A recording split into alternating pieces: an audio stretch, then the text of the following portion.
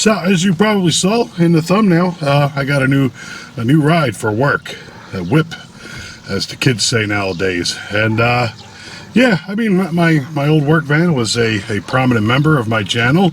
I didn't want to swap out cast members like I did in Back to the Future 2 with Marty's girlfriend without an explanation. So, yeah, this is my new work truck here. At least the interior of it.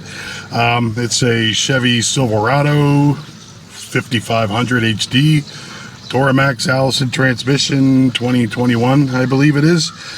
New to me. It's a couple of years old. I think it's got like 20,000 miles on it. But yeah, about a month ago, my boss said to me, "Hey, do you know how to weld?" And I said, "Yeah, I kind of can stick metal together. Nothing structural. I wouldn't call myself a welder by any stretch of the imagination, but yeah, it turned out our welder quit, and they needed someone to step in and do it. And I always kind of liked welding, and it's a lot like shooting. It's controlled chaos, if you know what I mean. You got a lot of energy going off, and you got to be precise with it, and it's something that's always appealed to me. But we'll get more into that a little bit later. We'll dig into the van here. Starting off, like I said, this is the cab here. This is one of the benefits of having a truck as opposed to a van, is that all my crap is back there. I don't have to worry about rattles. The vans, anyone who's driven one in extreme temperatures, hot or cold, you never get comfortable in them, and this is an enclosed area that's separate from the mess in the back. So there's the benefit there. The downside to this is that it's freaking huge. It's big. I had to get a DOT physical to be able to drive it, and yeah. But I mean, aside from that, it's not bad. It drives pretty good for a 15,000 pound truck, I guess is what the scale told me I drove on to the other day. So let's briefly get into the cab here. I mean, it's not much. It's just a cab of a truck, and we'll do the outside compartments. Out there, I keep basically parts and supplies. I didn't want to keep my tools out there because I got tools that'll be sitting in those shelves for a long time. They'll get rusty. Parts and supplies are constantly being cycled out, and plus my tools are more expensive than my boss's parts and supplies. I got to be honest with you, and I could keep them better secure in the actual cab back there. So yeah, so let's get into the interior. We'll do the outside, and then we'll jump into the back. The back, where all my stuff is, that is a open book at this point in time. I still got a lot of stuff to figure out back there. I just kind of got everything in to make it functional, and we'll adjust things as I go. A lot of the times too, with the stuff back there, is I'm used to a van, so coming into a truck, I got to do stuff differently. So we're at that point with that. So and we'll address that when we get back there. So yeah, take a quick look in here, go on the outside, and we'll hop in the back.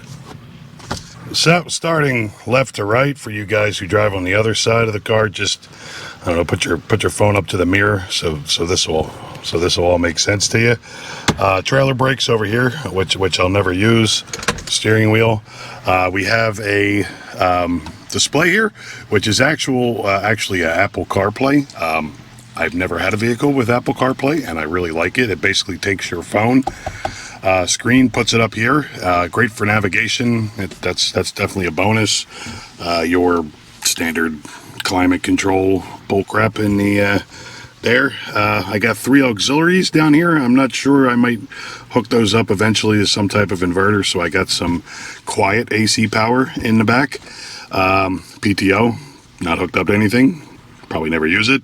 It's got an exhaust brake. The exhaust brake, it'd be nice if it made the Peterbilt, the old Peterbilt sound when you let off the gas, but it doesn't. But it does. It is nice for when you're sitting in traffic, because this big freaking bear just rolls forever. So this kind of keeps me from having to work back and forth on the brake when I'm rolling in traffic. It has a jellyfish launcher. I'm not 100% sure how that works yet, and it's got a little switch here to turn off your traction control. That's the word I was looking for. For those times you want to get exciting while you're driving in the snow. Coming over here, glove box, some storage crap. It has manual windows. I guess that's the way Chevy figured out to make it so their power window regulators don't break all the time.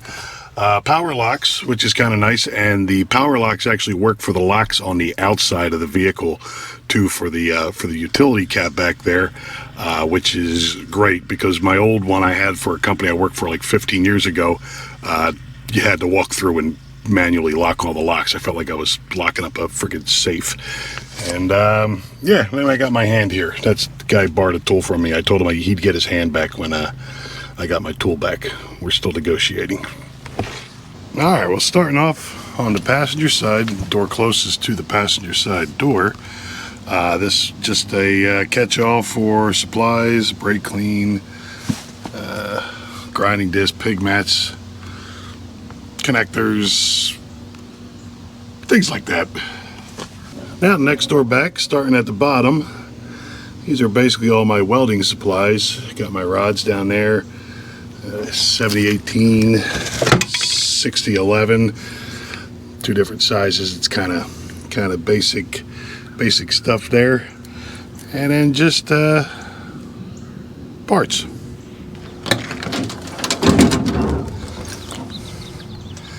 Now moving even further down, this guy drops down like that, which kind of gives you a nice little workbench.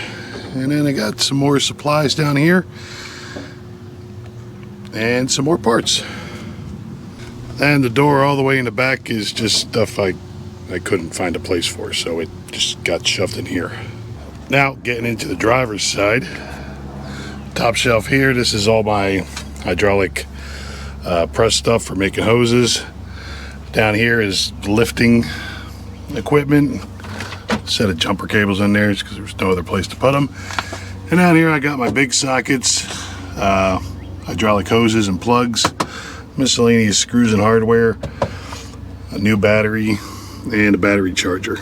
Now coming one door back, this is kind of, for some reason I usually like to do my PMs on the driver's side of the truck. So this is the PM section back here. Miscellaneous oils and supplies, filters, air filters coming back. Another little workbench to place stuff up on. Engine oils, hydraulic oils, things like that. And then all the way in the back we got a drain bucket, siphons, little oil pumps, drain pans, funnels, good stuff like that. So coming to the back of the truck, I got this vise, which is being recorded on a weird angle because the license plate's right there. And yeah, that's broken and that's getting rid of. And at some point in time, I might even make a video on it and do a trailer hitch mounted vise. And now we got the security end of it. This is a PACLOCK. I think that might be the model number, PL810.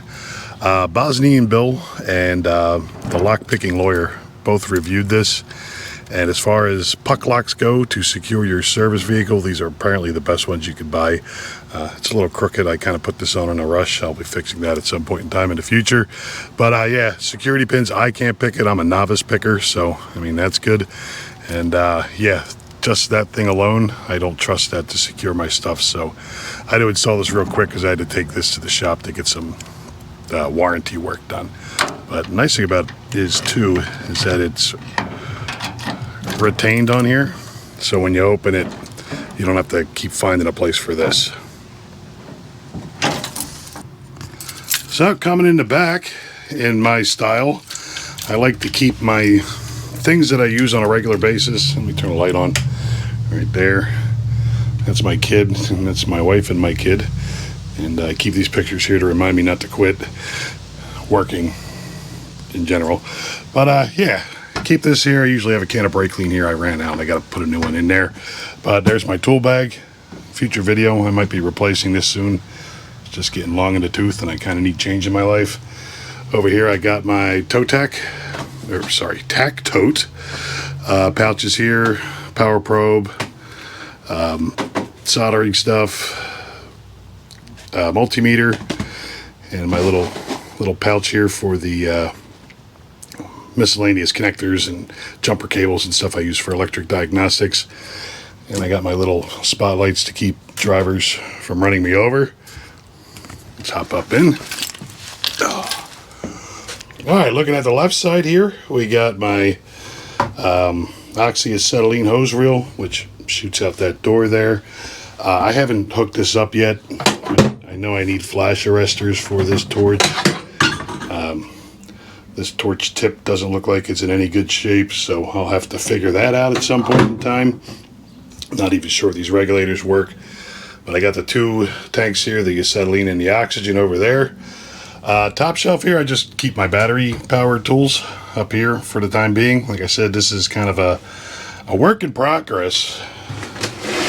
And down here in this here milk crate, I keep my Temco toe jack and my two other bottle jacks.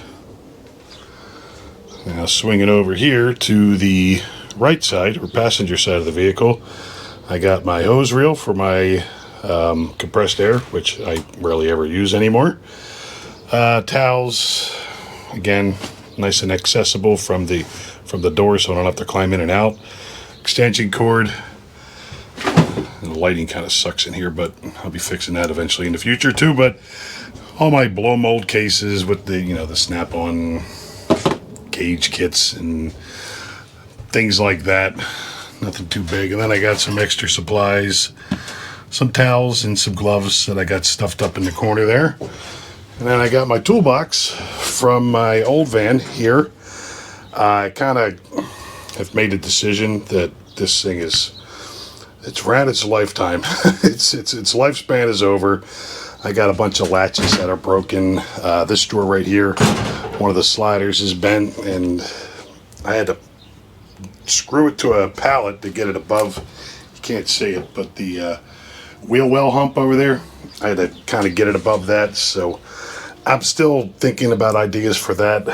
So I mean, I want a inexpensive toolbox because it's just going to get the crap beat out of it in the back of the truck here, but I also, I don't want something too cheap that's just going to fall apart. So it's kind of a mixed bag of stuff I need. But worst case scenario, I'll just buy another one of these. They're like close to 500 now, which is 200 more than I paid for this one back in the day. But I mean, I got 10 years out of it, so I mean, what can I complain about? And I also got got this set up too for, I mean, it makes for a nice little workbench for me while I'm working. Now moving on to the back of the truck here. Got this here little shelf. I got all my wood blocks down here. Little step ladder and a little hand truck.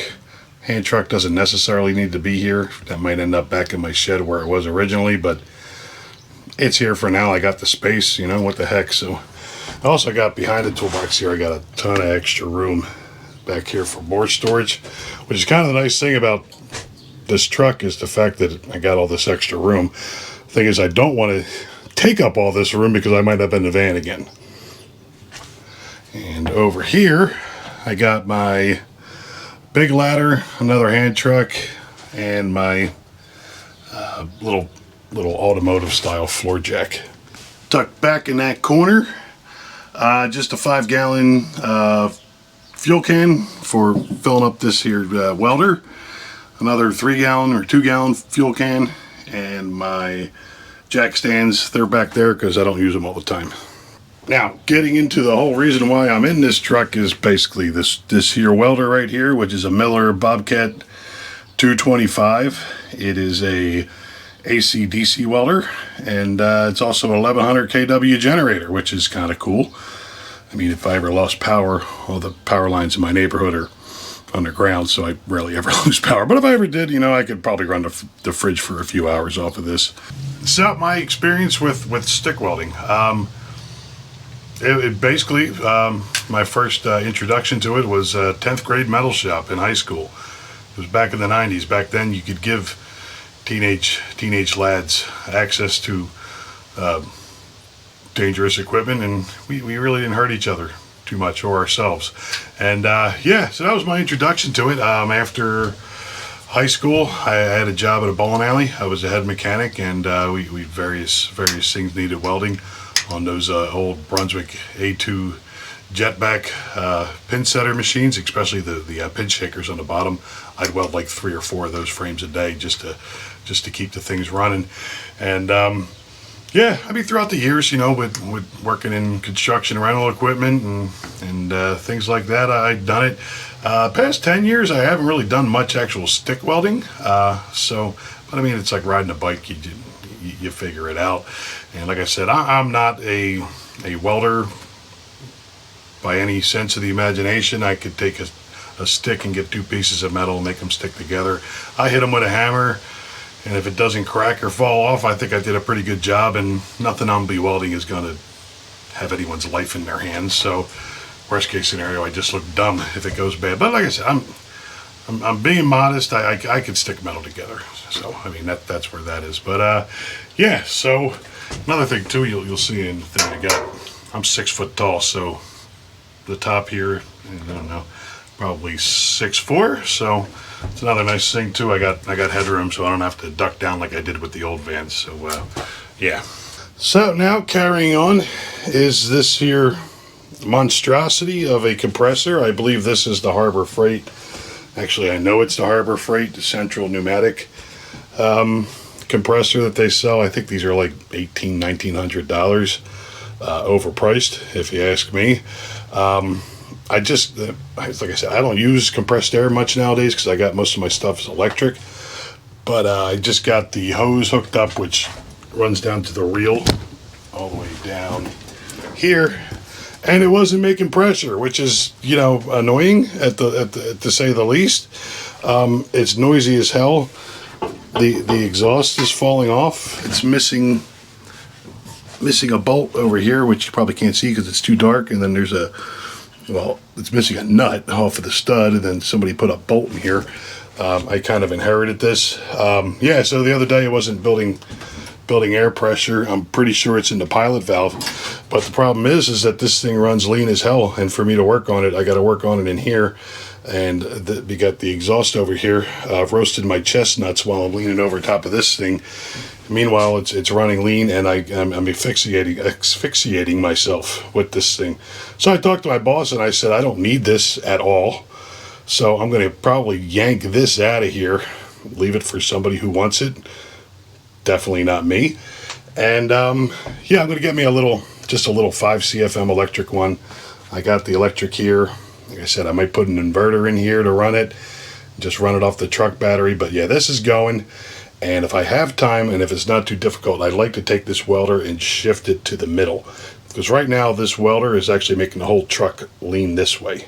I don't like that too much. I mean, just who the hell wants to be leaning all the time? So I'd like to do that. I don't know if I'm going to do that immediately, but at some point in time, that's what I'm going to end up doing. But yeah, this thing is out of here. I don't need it. It's taking up space that I could use, and yeah, and it's annoying. Plus too, one thing I didn't consider, it blasts friggin' 700 degree friggin' exhaust onto the side of my box. So if I did keep it, I'd have to find some kind of deflector to get over there. And another thing too with the welder, I am going to eventually take that elbow right there, turn it 90 degrees, and shoot the exhaust out the bottom of the truck. The welder runs clean as far as emissions go. It doesn't burn your eyes or anything. I mean, if I'm sitting in here with it running, I'm sure I'm going to fall asleep and never wake up. But like I said, it's just better get it outside, so it's not turning the back here into, you know, a sauna with CO2 gas wrapped on top of it. But yeah, so that's it right now. One thing too, I'd like to ask you guys, I would like to get a flux core welder in that sub $200 range, just for small, you know, sheet metal stuff, heat deflectors and things like that. And I know Home Depot, God, Harbor Freight's got that. I think it's that Vulcan brand. But I mean, there's been like a million reviews on that stupid thing, and I'd like to bring you guys something new. So if you got like an off-brand cheapo jobby that's, like I said, good for like a hobbyist, let me know in the comments, and maybe I'll take a look at that one. I got a couple in mind, but like I said, it's kind of hard to say for sure what you're getting. And yeah, so keep that in mind. If you got something that you keep, you know, laying around the house that you just whip out every once in a while, maybe I'll take a look at that one, and we'll feature that on the channel at some point in time. So let's finish off where we started out, which is in the cab of the truck.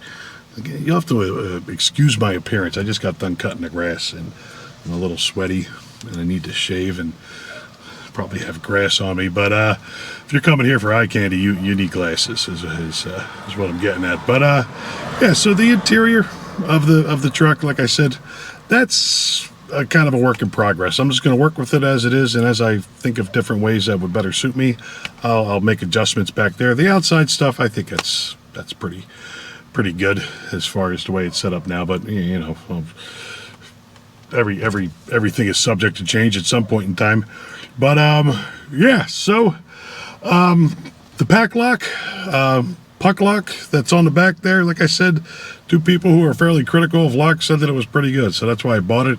It's a little less than twice as much as the ones you get at Home Depot with the master jobbies, but those you could pick with a toothpick and some foul language, and this thing you're actually going to have a trouble picking it. And with those locks, I mean nothing's foolproof, but you want to slow people down when they're trying to break into your stuff, and maybe make them make a little bit of noise, and that would definitely cause for both of those things. So I mean, between this thing having an alarm on it that my neighbors will ignore, the neighbor across the street with the portable sun spotlight on the motion light across the street, and security cameras, I mean, it makes me feel a little bit better about this thing sitting out in front of my house and not end up funding some junkie's friggin' habit with my hard-earned friggin' money that I spent on my tools. But tangent aside, yeah, so we'll be expecting more van style or truck style content in the future. The welding thing kind of opens me up to be testing out some more tools, so that's kind of cool too. And yeah, so as always, thanks for watching, and any comments, concerns, leave them down in the old dilly-doo there, and I'll do my best to get back to them, get back to you on them. And yeah, that's it. So let's call it a video. There you go.